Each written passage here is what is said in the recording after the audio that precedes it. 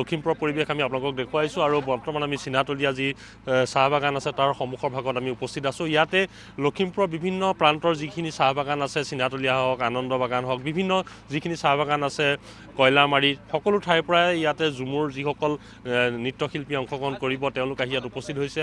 আদিবাসীৰ যিসকল আচলতে ভাই বা ককাই তেওঁলোক আহি ইয়াত উপস্থিত হৈছে আৰু তেওঁলোকে যিহেতু আজি গুৱাহাটীলৈ ৰাওনা হ'ব, এখন বাছ ইতিমধ্যে ইয়াত সাজু হৈ আছে আৰু তেওঁলোকে মাংগলিক নিয়ম কৰিছে। আমি দেখুৱাইছোঁ যে বাছৰ তলত তেওঁলোকে এনেধৰণে তেওঁলোকে যি পূজা সেয়া কৰিছে আৰু পূজা কৰি তেওঁলোকে আগবাঢ়িবলৈ লৈছে। মই প্ৰথমে তেওঁলোকে যিহেতু ঝুমুৰৰ কাৰণে সাজু হৈ আছে, সকলোৱে নিজৰ নিজৰ বেগ সকলো বস্তু লৈ অহা পৰিলক্ষিত হৈছে। মই আপোনাৰ ওচৰলৈ আহিছোঁ যে আজি ক'ব লাগিব যে এটা গৌৰৱৰ দিন আপোনালোকৰ কাৰণে। অতি গৌৰৱৰ দিন আৰু আমি অন্তৰেৰে অসম চৰকাৰক ধন্যবাদ জনাব বিচাৰোঁ।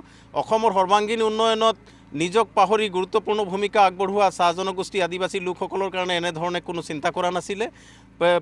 আজি যিটো সন্মান দিবলৈ গৈ আছে অহা 24 তাৰিখে, তাৰ বাবে আমি অন্তৰৰ পৰা সুখী। আৰু আজি আমি লখিমপুৰ সমষ্টিৰ পৰা আমি সমূহ যুৱক যুৱতীসকলক, আমাৰ ঢুলীয়া নাচনীসকলক আমি মাংগলিক নীতি নিয়মেৰে সৰ্বধৰ্মীয় প্ৰাৰ্থনা কৰিও আমি ধুনীয়াকৈ তেওঁলোকক ইয়াৰ পৰা পঠোৱাৰ ব্যৱস্থা কৰি আছোঁ। আৰু আমি মাননীয় মুখ্যমন্ত্ৰী মহোদয়ক অন্তৰৰ পৰা ধন্যবাদ জনাওঁ।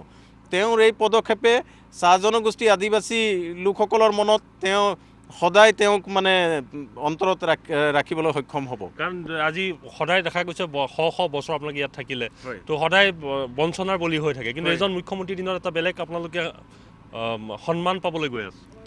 তেওঁৰ যি সপোন সকলো জাতি জনগোষ্ঠীক সমান চকুৰে চোৱা আৰু আগবঢ়াই লোৱা, চাহ জনগোষ্ঠীক আমি আগতে পূৰ্বতে দেখা নাছিলোঁ। বাগানত কোনো ধৰণৰ আঁচনি দেখা পোৱা নাছিলোঁ। বিভিন্ন ধৰণৰ আঁচনি কৰাৰ লগে লগে তেওঁ বাগানৰ শিক্ষা ক্ষেত্ৰতে হওক, স্বাস্থ্য ক্ষেত্ৰতে হওক গুৰুত্ব দিয়াৰ লগে লগে তেওঁ চাহ জনগোষ্ঠীৰ সংস্কৃতি, চাহ জনগোষ্ঠী আদিবাসীৰ পৰিচয়, ঝুমুৰক বিশ্বত ৰেকৰ্ড গঢ়াৰ লক্ষ্যৰে যি পদক্ষেপ লৈছে তাৰ বাবে আমি নথৈ সুখী হৈছোঁ। তেওঁলোক সুখী আৰু মই দেখুৱাইছোঁ এই ধৰণে সকলো সাজু হৈ আছে আৰু ইয়াতে অংশগ্ৰহণ কৰিবলৈ যাব বিভিন্ন প্ৰান্তৰ পৰা অহা। কেনেকুৱা লাগিছে আজি মনটো খুবেই ভাল লাগিছে আৰু প্ৰথমেতো মই মুখ্যমন্ত্ৰী ডাঙৰীয়াক বহুত মানে অন্তৰৰ পৰা ধন্যবাদ দিছোঁ।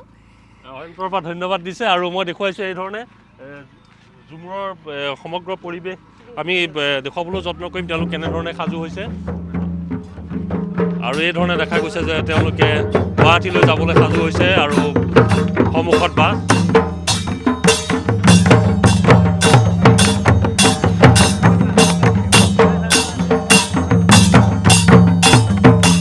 এই ধৰণে যোৱা পূৰ্বে দেখা গৈছে সকলোকে এখন গামোচাৰে সকলোকে ফুট দিছে, মাংগলিক ফুট, আৰু এনেধৰণে দেখা গৈছে যে তেওঁলোকে যাবলৈ সাজু হৈছে আৰু এয়া ঝুমুৰৰ তালে তালে তেওঁলোকে সাজু হোৱা পৰিলক্ষিত হৈছে।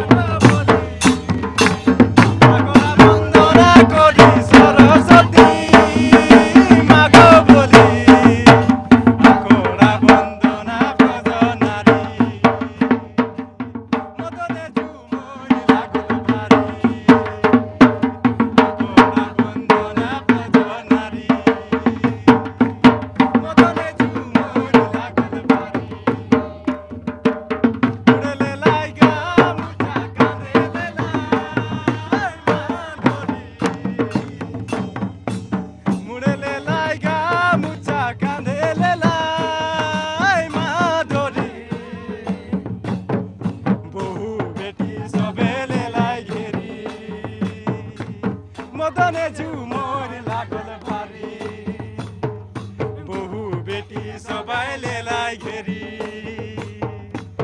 মদনে ঝুমুৰ লাগল ভাৰী। সৰু সজাই যি ধৰণৰ কাৰ্যসূচী গ্ৰহণ কৰিছে তাৰ কাৰণে প্ৰস্তুতি আৰু এনেধৰণে ইয়াৰ পৰা প্ৰতিখন চাহ বাগানৰ পৰা যিসকল নৃত্যশিল্পী আছে, ঝুমুৰ আদিবাসী যিসকল সন্তান আছে তেওঁলোক আগুৱাইছে আৰু এনেধৰণে দেখা গৈছে যে যোৱাৰ প্ৰাক মুহূৰ্তৰ দৃশ্য এয়া লখিমপুৰ চিনাতলীয়া চাহ বাগানৰ সন্মুখৰ ভাগত।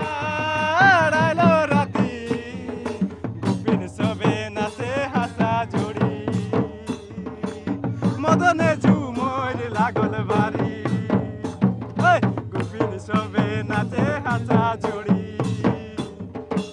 মদনে ঝুমুর লাগল ভারী।